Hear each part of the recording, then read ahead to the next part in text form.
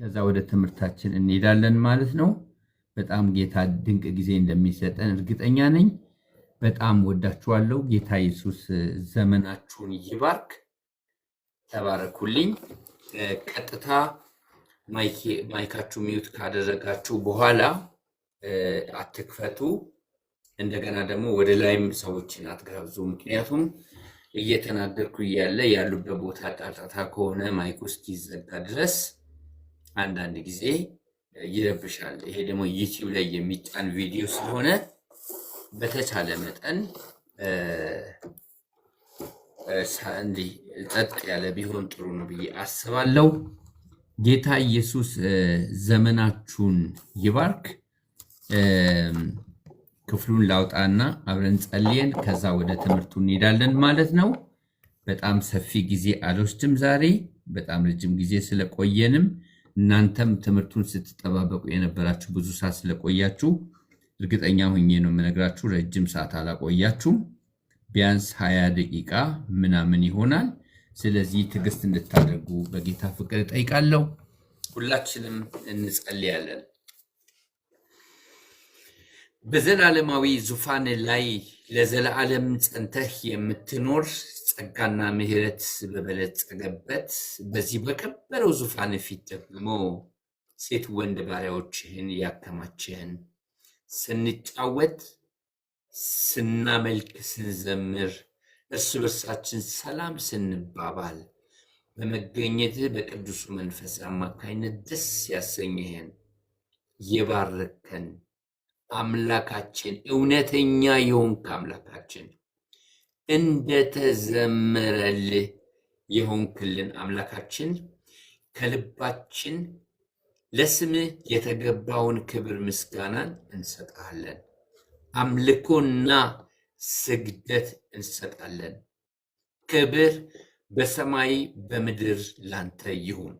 አሁንም እኔ የሚረባህን ነገር የማስተምርህ በምትሄድበት መንገድ ሁሉ የምመራ አምላክ እግዚአብሔር ነኝ ብለህ እንደተናገርክ እንድታስተምረን፣ ሕይወታችንን በሕያው ቃል እንድትናገር፣ ለቀረልን የሕይወት ዘመን የማይረሳ የማይዘነጋ ነገር እንድታደርግልን በጌታ በኢየሱስ ስም ጸልያለሁ። ተርፎ ያለውን ጊዜ ሁሉ ተረከብ። በጌታ በኢየሱስ ክርስቶስ ስም አሜን። እንግዲህ ሁልጊዜ በገባው ቁጥር በእያንዳንዱ የማስተምርበት ክፍል እንደገና አዳዲስ ለሆኑ ሰዎች ሪማይንድ ለማድረግ ሁልጊዜ ታሪካዊ ዳራዎችን እናገራለሁ። ዛሬም የተወሰነ ነገር ልናገርና ቀጥታ ወደ ክፍሉ እገባለሁ ማለት ነው። ሁላችንም እንደምናውቀው የዮሐንስ ራእይ መጽሐፍ የፍጻሜ መጽሐፍ ነው። የዘፍጥረቱ ተቃራኒ ማለት ነው። ዘፍጥረት ጅማሬ ሲሆን ዮሐንስ ራእይ ፍጻሜ ነው። 22 ምዕራፎች አሉት። 22ቱ ምዕራፍ ስንከፋፍለው ደግሞ የመጀመሪያው ምዕራፍ 1 እና 2፣ 3 ለሰባቱ አብያተ ክርስቲያናት የተላከውን ደብዳቤ የሚያመላክት ነው። 4 እና 5 ሰማያዊ አምልኮን የሚያሳይ ነው። ከ6 እስከ 19 ድረስ ሰባቱን የመከራ ዘመን የሚተርክ ነው። 20 የሺህ ዓመት መንግስት ነው። 21 የነጭ ዙፋን ፍርድ ነው። 22 የዘላለም ሕይወት ነው። ስለዚህ አሁን የነገርኳችሁን በቅደም ተከተል ከያዛችሁ ጠቅለል ባለ መልኩ ዮሐንስ ራእይ ምንድን ነው ቢባል ለሚጠይቋችሁ ምላሽ መስጠት ትችላላችሁ ማለት ነው። እንግዲህ ቤተክርስቲያን ከሰባቱ የመከራ ዘመን በፊት ነው የምትነጠቀው። ቤተክርስቲያን ወደ ሰማይ ከተነጠቀች በኋላ በዓለም ላይ ታይቶና ተሰምቶ የማይታወቅ ታላቅ መከራ በዓለም ላይ ይሆናል። በተለይ የመጀመሪያው 3 ዓመት ተኩል ቀለል ያለ መከራ ሲሆን ሁለተኛው 3 ዓመት ተኩል እጅግ በጣም ከባድ የሆነ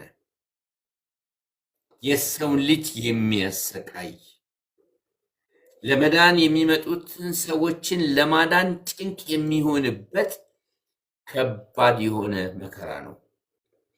የመከራ ጊዜው ባያጥር ኖሮ በምድር ላይ ከመከራው ጽናትና ክብደት የተነሳ የሚተርፍ ሰው አይኖርም። ታዲያ ይህንን 7ቱን የመከራ ዘመን ያዘጋጀው ሰይጣን ነው ወይስ እግዚአብሔር የፈቀደው ነው ካልን፣ መቼም ያለ እግዚአብሔር ፈቃድ ሰይጣን በምድር ላይ የዚች አምላክ እስኪመስል ድረስ የወደደውንና የፈቀደውን ሊያደርግ በፍጹም አይችልም።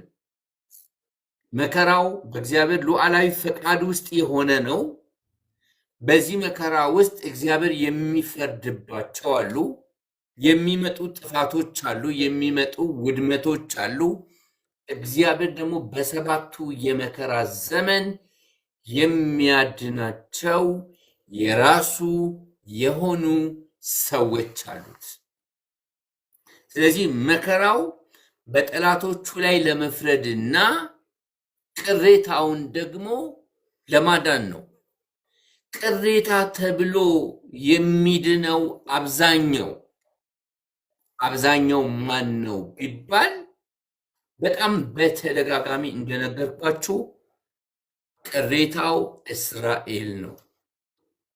እንግዲህ በዚያ የ7ቱ የመከራ ዘመን 3/4 በመከራው ብዛት ሲጠፋ እግዚአብሔር 1/3 የሆነውን የሚያድነውን የራሱን ቅሬታ ያድናል ማለት ነው። የመከራው አስፈሪ ፓርቱ ምንድነው ቢባል በዓለም ታሪክ ላይ ታይቶ ተሰምቶ የማይታወቅ ከዳር እስከ ዳር የሆነ መከራ ሲሆን የመከራው ደስ የሚያሰኘው ፓርት ምንድነው ተብሎ ቢጠየቅ ደግሞ እግዚአብሔር በዚያ መከራ ውስጥ ከትንታቅ እሳት ውስጥ የሚያድነው ሰው አለው።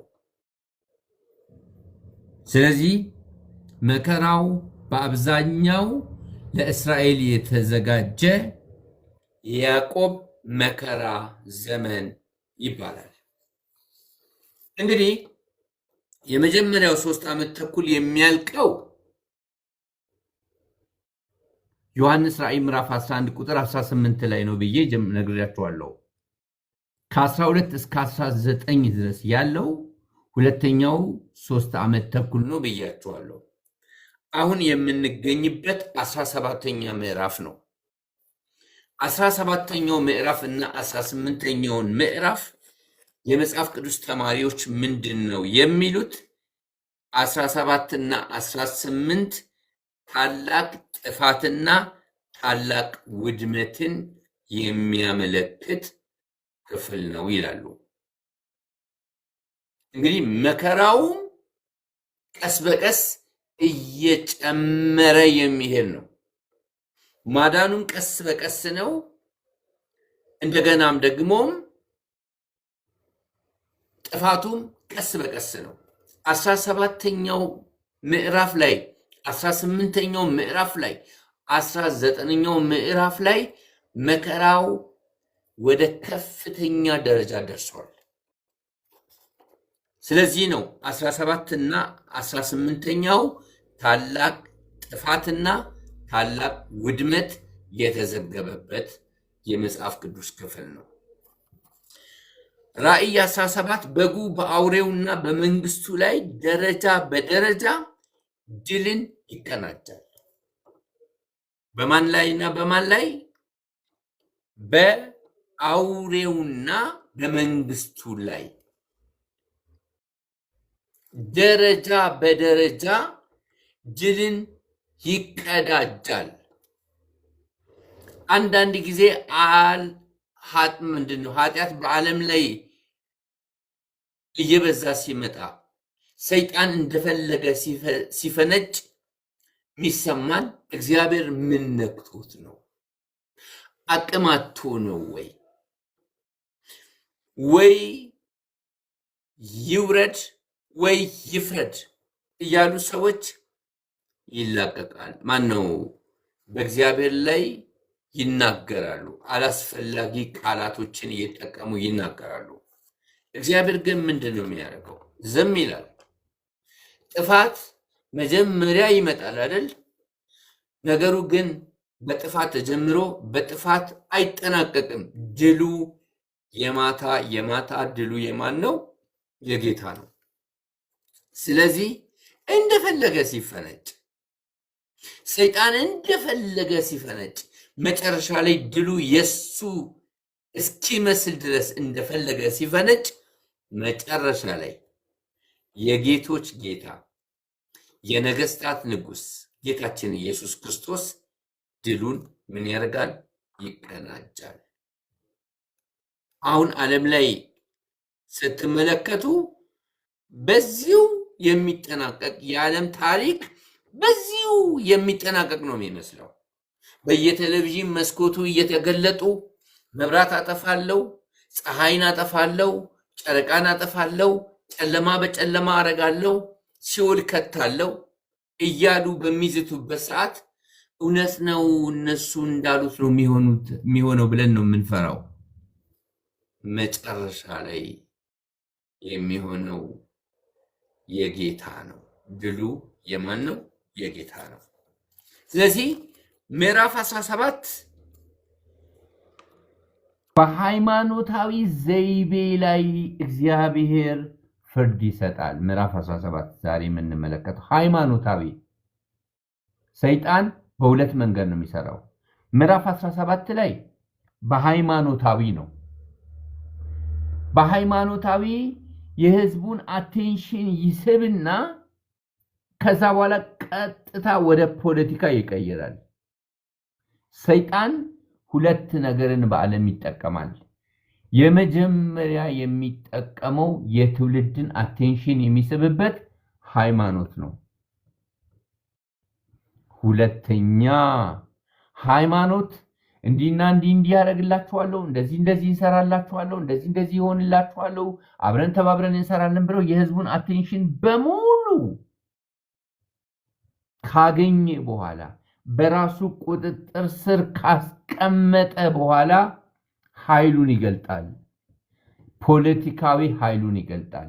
ስለዚህ 17 በሃይማኖታዊ ዘይቤ ሰይጣን ምድር ላይ ሲሰለጥን ስለነበረ ጌታ ኢየሱስ በሃይማኖታዊ ዘይቤ ላይ ፍርድን ይሰጣል። ምዕራፍ 18 ደግሞ የፖለቲካና የኢኮኖሚ ዘይቤ ይወድቃል።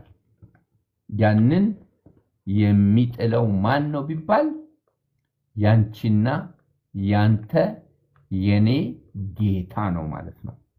በሃይማኖትም በፖለቲካም በኢኮኖሚው ጌታችን ኢየሱስ ክርስቶስ ይሰለጥናል። በመጨረሻም ጌታ ራሱ ወደ ምድር ተመልሶ በሰይጣንና በአውሬው በሐሰተኛው ነብይ ላይ ፍርድን ይሰጥና መንግስቱን ይመሰርታል። ምዕራፍ 19 የመጨረሻ በዓለም ታሪክ ላይ ታይቶ ተሰምቶ የማይታወቅ ከባድ የሆነ ጦርነት በማንና በማን በክርስቶስና በተከታዮቹ እንዲሁም በሰይጣንና በተከታዮቹ መካከል የአርማጌዶን ጦርነት የሚባል በብርሃንና በጨለማ መንግስት መካከል ጦርነት ይደረጋል። መጨረሻ ላይ ጌታችን ኢየሱስ ክርስቶስ በአፉ እስትንፋስ ክፉን ያጠፋና መንግስቱን በምድር ላይ ይመሰርታል። ስለዚህ ጻፉልኝ ኮሜንት ላይ ድሉ የማን ነው? የጌታ ነው ማለት ነው። ስለዚህ እውነተኛይቱ ቤተክርስቲያን ድንግል ስትሆን ምጽአቱን የምትጠብቅ በንጽህና የምትቆይ ስትሆን ራሷን ከጣለች ግን እንደ ጋለሞታ የሚፈረድባት ትሆናለች። ስለዚህ እዚህ ክፍል ላይ እንደምንመለከተው ምዕራፍ 17 ላይ ቅድም እንዳልኳችሁ ሃይማኖታዊ ነው አይደለ? ማነች ሲባል ጣዖት አምላኪዎችን ነው ጌታ እያለ ያለው አይደለም። እስራኤልን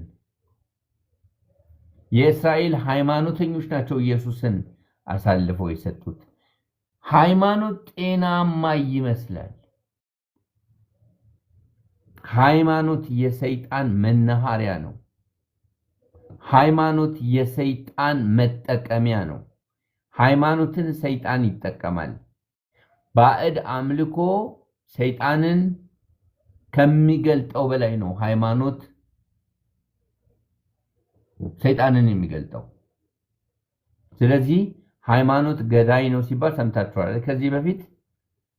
እኛም ሃይማኖት ገዳይ መሆኑን ከሃይማኖት ከወጣም በኋላ ነው ያወቅነው። ከሃይማኖት ያዳነን ጌታ ስሙ ለዘላለም ይባረክ። ዛሬም ሃይማኖት አለኝ የምትሉ ሰዎች ሃይማኖት አያድንም። ሃይማኖት የሚያጠፋችሁም ሊሆን ይችላል። የሚያድነው ጌታ ኢየሱስ ክርስቶስ ብቻ ነው። ጌታ ያለበት እምነት፣ ጌታ ያለበት አስተምሮ፣ ጌታ ያለበት ትክክለኛ ጌታ የሚመለክበት አንዲት ሃይማኖት የተባለችው ኢየሱስ የሚመለክባት ሃይማኖት ነች የምታድነው። ከዛ ውጪ ሃይማኖት ገዳይ ነው። እንግዲህ ዮሐንስ ራእይን ጠቅለል ባለ መልኩ ምዕራፍ 17ን ከነገርኳችሁ አሁን የነገርኳችሁ ነገር ምን እንደሚመስል እስቲ ጥቅስ በጥቅስ አብረን እንመለከታለን። አነብላችኋለሁ። እንደዚህ ይላል። ሰባቱንም ጽዋ ከያዙ ከሰባቱ መላእክት አንዱ መጥቶ ና በብዙም ውሃዎች ላይ የተቀመጠችውን የታላቂቱን ጋለሞታ ፍርድ አሳይሃለሁ አለው። ታላቂቱ ጋለሞታ ማነች ሲባል መጀመሪያ ቅድስት የነበረች ሃይማኖተኛ የነበረች በኋላ ላይ ደግሞ በጣዖት አምልኮ የሰሰነችና ጋለሞታ የሆነች በመልካም ጀምራ በመጥፎ ያጠናቀቀች ናት። ስለዚህ የጋለሞታይቱን ፍርድ አሳያለሁ ይላል። የሃይማኖትን ፍርድ አሳያለሁ ማለቱ ነው። የምድር ነገስታት ከሷ ጋር ሴሰኑ። እሺ በምድርም የሚኖሩ ከዝሙቷ ወይን ጠጅ ሰከሩ ብሎ ተናገረኝ መልአኩ። ነገስታቶቹ ተባበሩ፣ እጅና ጓንት ሆኑ፣ ከዝሙቷ ወይን ጠጅ ሰከሩ፣ ሴሰኑ ብሎ ተናገረኝ። በመንፈስም ወደ በረሃ ወሰደኝ። የስድብም ስሞች በሞሉባት 7 ራሶችና 10 ቀንዶችም ባሉበት በቀይ አውሬው ላይ አንዲት ሴት ተቀምጣ አየው። እቺ ሴሰኛዋ ማን? ጋለሞታ። ሴቲቱም በቀይና በሐምራዊ ልብስ ተጎናጽፋ በወርቅና በከበሩ ድንጋዮች በእንቁዎች ተሸልማ ነበር። ስትታይ ውጯ ጉልላቷ ሁሉ የሚያስደምምና የሰውን አቴንሽን የሰውን ትኩረት ሁሉ የሚስብ ነው። በእጇም የሚያስጸይፍ ነገር የዝሙቷም ርኩሰት የሞላበት የወርቅ ጽዋ ያዘች። ከውጭ ስትታይ የምታምር በመንፈስ ስትታይ ግን የዝሙት ርኩሰት የሞላበትን የወርቅ ጽዋ ያዘች ይላል። በግንባሯ ምስጢር የሆነ ስም ታላቂቱ ባቢሎን የጋለሞታዎችና የምድር እርኩሳን እናት ተብሎ ተጻፈ። ታላቂቱ ባቢሎን የጋለሞታዎችና የምድር እርኩሳን ሁሉ ምን እናት ማን? ሃይማኖተኛ ሃይማኖት ነች፣ እስራኤል ነች። ሴቲቱም በቅዱሳን ደምና በጣም ነው የሚገርመው፣ በቅዱሳን ደምና በኢየሱስ ምስክሮች ደም ሰክራ አየዋት። ቤተክርስቲያን የተባለችው አዎ፣ ሃይማኖት የተባለችው አዎ፣ እስራኤል የተባለችው እግዚአብሔር የማይፈርድ መሰላትና የቅዱሳንን ደም እየጠጣች የኢየሱስን ምስክሮችን ደም እየጠጣች በደም ሰክራ ነበረ። በዓለማዊ እይታ ሲታይ እነዚህ በእሷ ምክንያት የሞቱ ሰዎች ኃጢአተኞች፣ እሷ የገደለችው እሷ ግን እንደ ጻድቅ ትቆጠራለች። በእግዚአብሔር እይታ ግን የሞቱቱ ጻድቃን ናቸው፣ የገደለችው ግን ኃጢአተኛ ነበረች። ሴቲቱም በቅዱሳን ደምና በኢየሱስ ምስክሮች ደም ሰክራ ደም እየጠጣች ሰክራ ነበረ። ባየኋትም ጊዜ እጅግ ታላቅ ድንቅ ተደነቅኩ። ለምን? አልጠበቅኳትም፣ አላሰብኩም። እንደዚህም ታደርጋለች ብዬ አላሰብኩም። ከእግዚአብሔር ወገን ትመስለኝ ነበረ፣ ግን ከጠላት ወገን ነበረች፣ ከሰይጣን ወገን ነበረች። ክርስቲያንን የሚያሳድድ ከእግዚአብሔር ወገን የሆነውን የሚያሳድድ በምንም አይነት ከእግዚአብሔር ሊሆን አይችልም። ወገኖች በምንም አይነት። ባየኋትም ጊዜ እሷ አልመሰለችኝም፣ እጅግ ተደነቅኩ ነው የሚለው ጸሐፊው። መልአኩም አለኝ የምትደነቀው ስለምንድን ነው ብሎ ጠየቀኝ። የሴቲቱ ምስጢርና የሚሸከማትን 7 ራሶችና 10 ቀንዶች ያሉትን የአውሬውንም ምስጢር እኔ እነግርሃለሁ። ስለምንድን ነው የምትደነቀው? እኔ እነግርሃለሁ አለው መልአኩ። አልጠበክም አይደለ? አላሰብክም፣ እንደዚህ ይሆናል ብለህ አልጠበክም አይደለ? አሁን እኔ እነግርሃለሁ።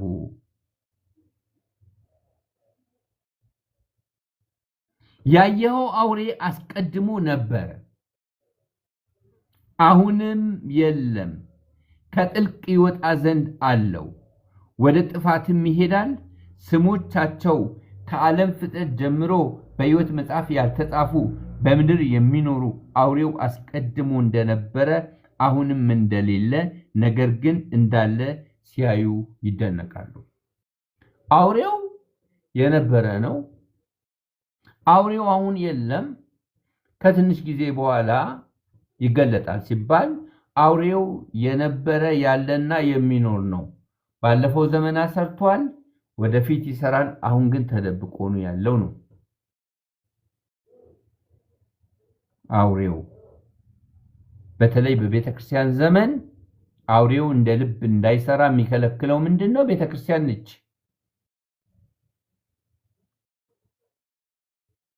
የቅዱሳንን ደም የሚጠጣ በቅዱሳን ደም የሰከረ ጥበብ ያለውም አእምሮ በዚህ ነው። 7 ራሶች ሰባቲቱ የተቀመጡባት 7 ተራራዎች ናቸው። 7 ነገስታት ደግሞ ናቸው። 5ቱ ወድቀዋል፣ አንዱም አለ፣ የቀረው ገና አልመጣም። ሲመጣም ጥቂት ጊዜ ሊቆይ ይገባዋል። የነበረውና የሌለው አውሬው ራሱ ደግሞ 8ኛ ነው፣ ከ7ቱ አንዱ ነው፣ ወደ ጥፋትም ይሄዳል አለ። ሲነበብ በጣም ግልጽ ነው ይህ ሐሳብ። የነበሩትን ነገስታቶችን የነበሩትን በዘመናት የተቀመጡትን የነገሱትን ነገስታቶችን ሁሉ የሚያመላክት ነው።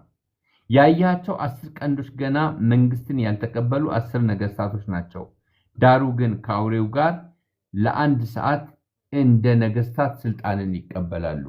የተቀሩቱ ስልጣን ያልተቀበሉቱ ለአንድ ሰዓት ከአውሬው ስልጣን ይቀበላሉ። 10 ነገስታቶች። እሺ እነዚህ አንድ ሐሳብ አላቸው። በአንድ ልብ በአንድ ሐሳብ። ሰይጣን በነገራችን ላይ ቤተክርስቲያንን ነው እንጂ የሚከፋፍላት በራሱ ዓለም አንድ ሐሳብ አንድ ልብ አለው። ለክፋት ይተባበራል። እንዲያውም በነገራችን ላይ ቤተክርስቲያን የመንፈስን አንድነት የማትጠብቀውን ያህል ሰይጣን ግን በተቃራኒው የራሱን ሐሳብና የራሱን ፈቃድ ለመፈጸም እጅና ጓንት ነው የሚሆነው። የኛን ይከፋፍላል፣ የራሱን አንድ ያደርጋል።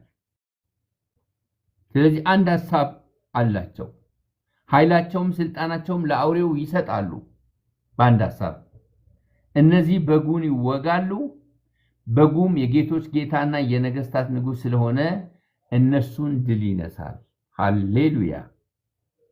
ከእርሱም ጋር ያሉ የተጠሩና የተመረጡ የታመኑም ደግሞ አብረውት ምን ይሆናሉ? ድል ይነሳሉ። እሱ ብቻ አይደለም ድል የሚነሳው፣ የሱ ተከታዮች ከሱ ጋር ያሉ የሱ የሆኑቱ እነሱም ከሱ ጋር ድል ይነሳሉ። ክብር ለእግዚአብሔር ይሁን። አለኝም ጋለሞታይቱ የተቀመጠችባቸው ያያቸው ውሃዎች ወገኖችና ብዙ ሰዎች አሕዛብም ቋንቋዎችም ናቸው አለኝ። እሺ ያየኋቸው 10 ቀንዶችና አውሬው ጋለሞታይቱን ይጣላሉ፣ ባዶና ራቁቷንም ያደርጓታል፣ ስጋዋንም ይበላሉ፣ በእሳትም ያቃጥሏታል። ማንን? ጋለሞታይቱን። ቁጥር 17 ላይ ያለው ቃል በጣም ልቤን የሚነካኝ ቃል ነው። 3 ጊዜ ያነብላችኋለሁ፣ ከዛ አብራራላችኋለሁ። ስሙኝ። እግዚአብሔር ሐሳቡን እንዲያደርጉ አንድንም ሐሳብ እንዲያደርጉ የእግዚአብሔርም ቃል እስኪፈጸም ድረስ መንግስታቸውን ለአውሬ እንዲሰጡ በልባቸው አግብቷልና። ልድገመው። እግዚአብሔር ሐሳቡን እንዲያደርጉ አንድንም ሐሳብ እንዲያደርጉ የእግዚአብሔርም ቃል እስኪፈጸም ድረስ መንግስታቸውን ለአውሬው እንዲሰጡ በልባቸው አስገብቷልና። አንዴ ልድገመው። እግዚአብሔር ሐሳቡን እንዲያደርጉ አሁንም ሐሳቡን እንዲያደርጉ የእግዚአብሔርም ቃል እስኪፈጸም ድረስ የተነገረው አስቀድሞ እግዚአብሔር የተናገረው ሁሉ እስኪፈጸም ድረስ መንግስታቸውን ለአውሬው እንዲሰጡ በልባቸው አግብቷልና። የተናገረው ነገር አለ፣ የሚሆን ነገር አለ። የሚሆነውን እንዲሆን የፈቀደው ራሱ እግዚአብሔር ነው። ከሱ ፈቃድ፣ ከሱ ዕውቀት፣ ከሱ ስልጣን፣ ከሱ ኃይል፣ ከሱ ችሎታ ውጪ የሆነ ምንም ነገር የለም። ያቃተው የለም። እንደ ተቃዋሚ የፖለቲካ ፓርቲ ከአቅሜ በላይ ሆኗል፣ ምን ላድርግ፣ ማንን ላማከር ብሎ የሚጨነቅበት የለም። ሁሉ በእርሱ ቁጥጥር ስር ነው ያለው። የሚሆነውን ሁሉ እሱ ፈቅዶ ነው፣ ተቆጣጥሮ ነው፣ ሐሳብ አስገብቶ ነው፣ አስቀድሞ ያለው እንዲፈጸም ወስኖ ነው። 17 በጣም የምወደው የመጽሐፍ ቅዱስ ጥቅስ ነው። ያያትም ሴት በምድር ነገስታት ላይ የምትነግስ ታላቂቱ ከተማ ናት ይላል። እንግዲህ ስንጠቀልለው ቀደም እንዳልኳችሁ ምዕራፍ 17 እና 18 ጥፋትና ውድመት ነው። ተራው የእግዚአብሔር ነው። ጥፋት ይልካል፣ ያወድማል። የሚያድንበት ምዕራፍ አለው፣ የሚፈርድበት ምዕራፍ አለው። ምዕራፍ 17 ሃይማኖታዊ በሆነ አካሄድ ያሉትን ሲፈርድባቸው፣ ምዕራፍ 18 ፖለቲካዊ በሆነና ኢኮኖሚያዊ በሆነ ነገር ላይ ሲፈርድባቸው እንመለከታለን። እንግዲህ እግዚአብሔር በጠላቶች ላይ ፍርድ ሲያመጣና በጠላቶች ላይ ውድመት፣ ጥፋት ሲያመጣ ምን እያደረገ ነው? ልጆቹን እያዳነ ነው። ስለዚህ ጠላትን አጠፋ ማለት እኛን አዳነን ማለት ነው። እኛን ሲያድን ጠላት አጠፋ ማለት ነው። በዙፋኑ ላይ ከተቀመጠ ከወይኒ ቤት በኩር እስከ ቤተ መንግስት በኩር ልጅ ሲገድል በኩሩን ሲመታ በኩር የሆነው ምን እያደረገ ነው? እያዳነ ነው። ስለዚህ እግዚአብሔር ሲያጠፋ ያድናል። ጠላትን ሲያጠፋ እያዳነ ነው። እኛን ሲያድን ደግሞ ጠላቶቻችንን ምን እያደረገ ነው? እየተበቀለ ነው ማለት ነው። እና ምዕራፍ 17 በጋለሞታይቱ ላይ እግዚአብሔር የሚያመጣውን ፍርድ ነው የሚያመለክተው። ከዚህ ድነናል፣ ከዚህ አምልጠናል። ይህንን የመሰለ ተስፋ ያለን ሰዎች ንጽህናችንን ጠብቀን እስከ መጨረሻው የኃጢአትን ጽዋ ሳንጎነጭ ጋለሞታ ሳንሆን ድንግልናችንን ንጽህናችንን ጠብቀን ያለ ነውርና ያለ ነቀፋ ኢየሱስ ክርስቶስን ለመገናኘት ያብቃን። ክብር ለእግዚአብሔር ይሁን። በዚህ ጨርሳለሁ። የምትሉት ነገር ካለ ለእናንተ ደግሞ እድል ሰጣለሁ። ጥያቄም ካለ ለመቀበል ዝግጁ ነኝ። ተባረኩልኝ።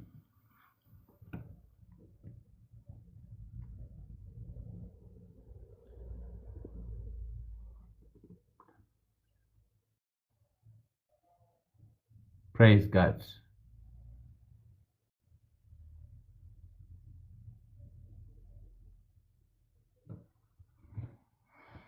መምጣት የምትችሉ ሰዎች አሁን ወደ ላይ መምጣት ትችላላችሁ። በጣም ደስ የሚል ክፍል ነው። እግዚአብሔር ይባርካችሁ። ታግሳችሁ ስለሰማችሁኝ ሐሳቤን እንግዲህ አቅርቤያለሁ።